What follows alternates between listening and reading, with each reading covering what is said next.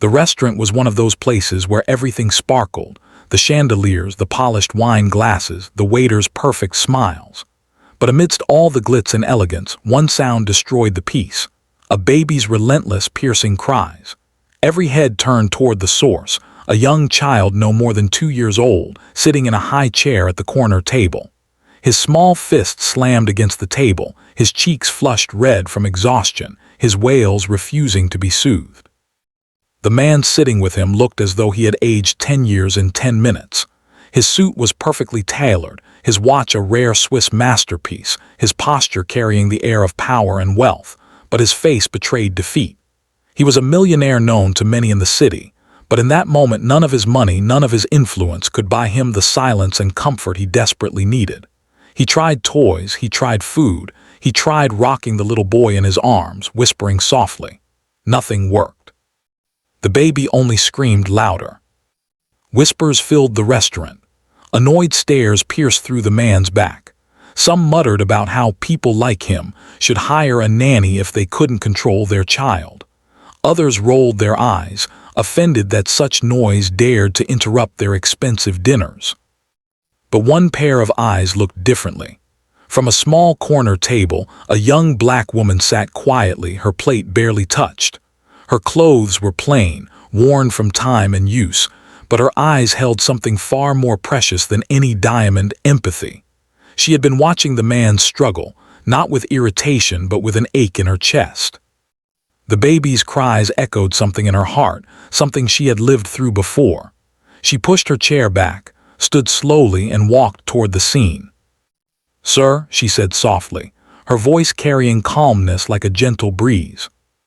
The millionaire looked up, embarrassed and defensive. "I'm sorry, he's just not stopping. I'll take him outside."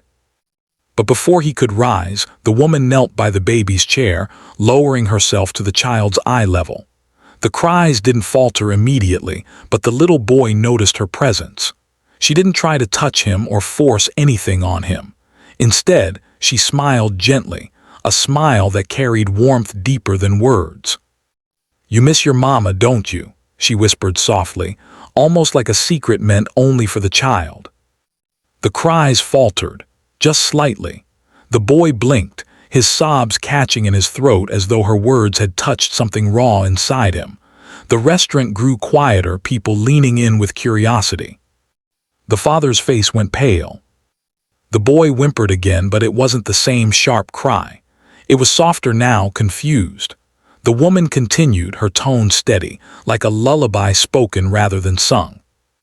"I know, sweetheart, it's hard, isn't it? You don't understand why she's not here. You just want to feel her arms again." The baby's sobs melted into hiccups. He reached one tiny hand toward the woman, as if she had named the very ache he couldn't express. Within moments, the impossible happened. The child quieted. He rested his head on the edge of the high chair, his body calming, his tears drying into silence. The millionaire sat frozen, his lips slightly parted, his eyes wide in disbelief. How did she know? Who are you?" he finally whispered. The woman looked up, still kneeling by the boy. "Someone who knows what it feels like to cry for a mother you'll never see again." The words hit him like a thunderbolt. He swallowed hard, shifting uncomfortably in his seat. For the first time in years, he felt stripped bare. His wealth, his status, his pride meant nothing in front of this stranger who had seen through his child's pain. The restaurant, once full of judgmental stares, now sat in reverent silence. No one moved. No one spoke. It was as if the whole world had paused to witness this moment. The father cleared his throat, his voice trembling. His mother passed away a few months ago. He doesn't understand. He just keeps crying at night, in the mornings, in public. I try everything, but nothing works. I don't know how to help him." The woman's eyes softened with unshed tears. She slowly reached up and gently touched the baby's hand, letting him wrap his fingers around hers. "He doesn't need you to fix his pain. He needs you to sit with him in it, to let him know you feel it too." The man lowered his head, ashamed. I thought I had to be strong for him. I never cry in front of him. I thought it would make him weaker." "No," the woman said firmly, though her tone was still tender. "It will make him feel alone. Show him that his heart is allowed to break and that yours breaks too. That's how he'll learn it's safe to grieve." For a moment the millionaire couldn't speak. His throat tightened, his chest heavy with years of bottled emotions. Tears, the kind he hadn't allowed himself since the funeral, burned his eyes. Before he could stop them, they fell, right there in that glittering restaurant, in front of strangers who once looked at him with disdain. And when his son saw those tears, something shifted. The boy reached up, placing his small hand on his father's cheek. It was as if he finally recognized his father's heart, not just his presence.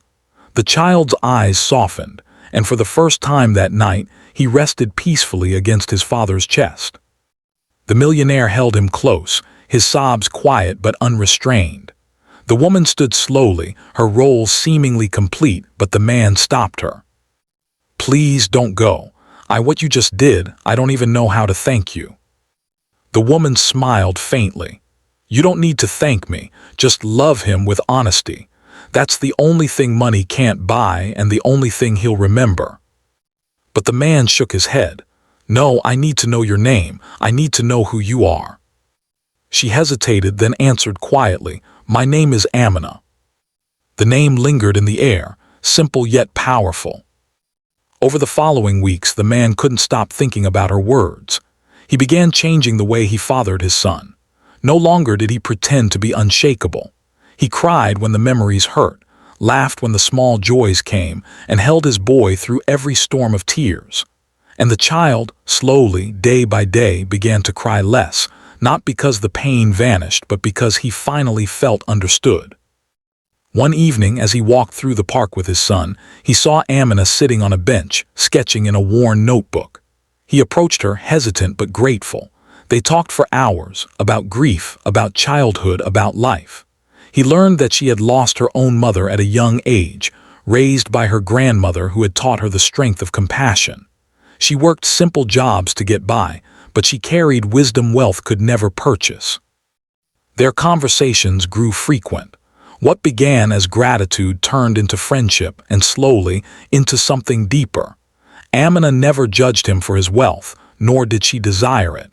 She only cared about the heart he was learning to reveal. Through her, he discovered that true richness wasn't in his bank account, but in his ability to love vulnerably, to be present, to honor both joy and sorrow. And so, the memory of that night in the restaurant became a turning point. The night his son's cries were silenced not by toys or distractions, but by a stranger's truth. The night a millionaire learned that money can build empires, but only compassion can heal a child's heart. By the end, the man was no longer just a millionaire in the eyes of the world.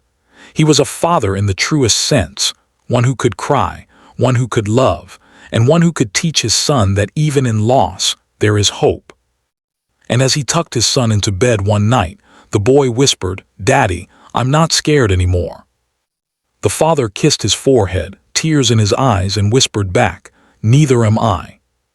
The story that began with relentless cries in a glittering restaurant ended with peace in a quiet bedroom, where love, not wealth, wrote the final word.